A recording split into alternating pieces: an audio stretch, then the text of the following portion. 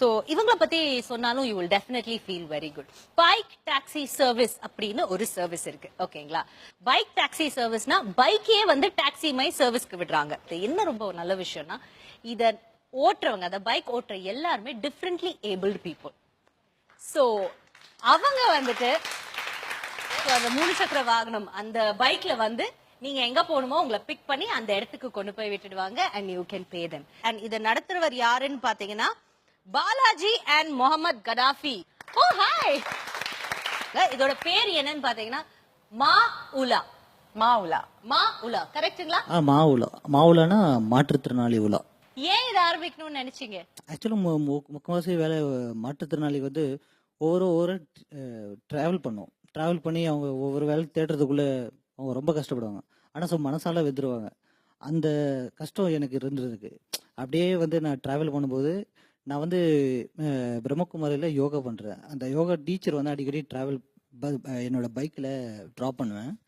அந்த ட்ராப் பண்ணும்போது அவர் சும்மா கேட்டார், என்னையே ட்ராப் பண்ணுறே, ரோட்ல எல்லாம் போகிறவங்கள உன்னால் முடியுமா ட்ராப் பண்ண, சும்மா கிண்டலாக கேட்டார்.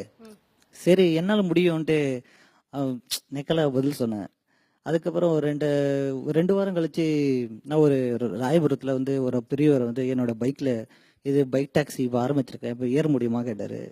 என்னை பார்த்தோன்னே பார்க்க நீங்கள் சூப்பராக இருக்கீங்க, ஏன்னா நீங்கள் இப்படிலாம் பண்ணலாமா கேட்டேன். இல்லை நான் நேர்மையாக உழைக்க நான் விரும்புகிறேன், நீங்கள் விரும்பினா வாங்க அப்படின்னு கேட்டேன்.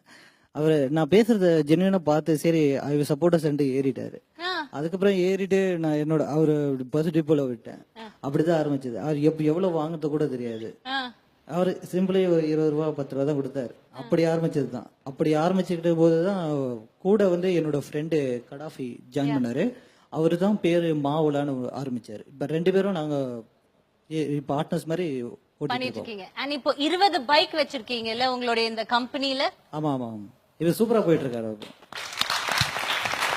பார்த்தீங்கன்னா வெளிநாடுகளில் இருக்கக்கூடியவங்க நிறைய பேர் பார்த்துட்டு எங்களுக்கு வாழ்த்து சொன்னாங்க.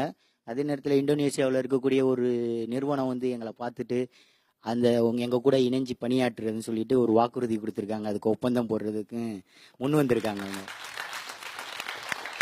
இப்படிலாம் ஒரு வேலை யாராவது செய்வாங்களா அப்படின்னு யோசிக்கிற மாதிரி தான் இருந்தது. ஆனா இது உண்மையிலேயே ரொம்ப இன்ஸ்பைரிங்கான ஒரு விஷயம். and never give up. That's what we learned from them. Hats off to you guys. Superb. முக்கியமான விஷயம், இந்த மாதிரி பைக் டாக்ஸி சர்வீஸ் இந்தியால ஃபர்ஸ்ட் பண்ணது Balaji Gaddafi. So that please வாங்க. சூப்பர். இதே மாதிரி இருங்க. நிறைய உங்களுக்கு வந்து நைட் சர்வீஸ் வந்து இன்னும் இன்க்ரீஸ் ஆகணும்.